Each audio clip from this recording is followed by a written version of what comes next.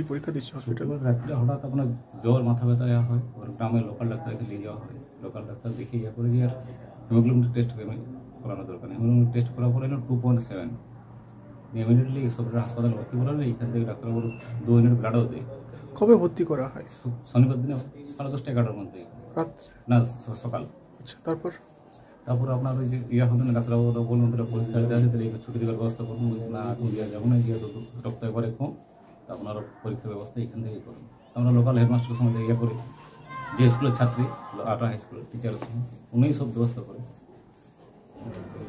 পরীক্ষা অ্যাকচুয়ালি ও ভর্তি হচ্ছে 8 তারিখ, 17 years old। যে চিফ কমপ্লেন ছিল sugar for last 2 days and severe pallid and weakness, অর্থাৎ রক্ত একদম কম, 2.7 হিমোগ্লোবিন। তাকে তো এইভাবে ডিসচার্জও করা যাবে না, তাহলে এখানে আমাদের সেপারেটেড যে রুম আছে জাস্ট ওয়ার্ডের পাশে, ডিসাইডস দ্য ওয়ার্ড, সেই রুমে পরীক্ষা দিচ্ছে ওকে। আমার কি কারণে মেয়ে পরীক্ষা দিচ্ছে হসপিটালে বসে? ওই শরীর খারাপ হয়েছিল মেয়ের, ডাক্তারখানা গেলাম, ডাক্তার বললো ব্লাড টেস্ট করাও।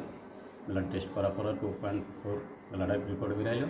ডাক্তার বলে ইমিডিয়েটলি এখনই ভর্তি করতে হবে। আমরা এখানে এটা সামনে আমাদের এখানে নিয়ে যাবে।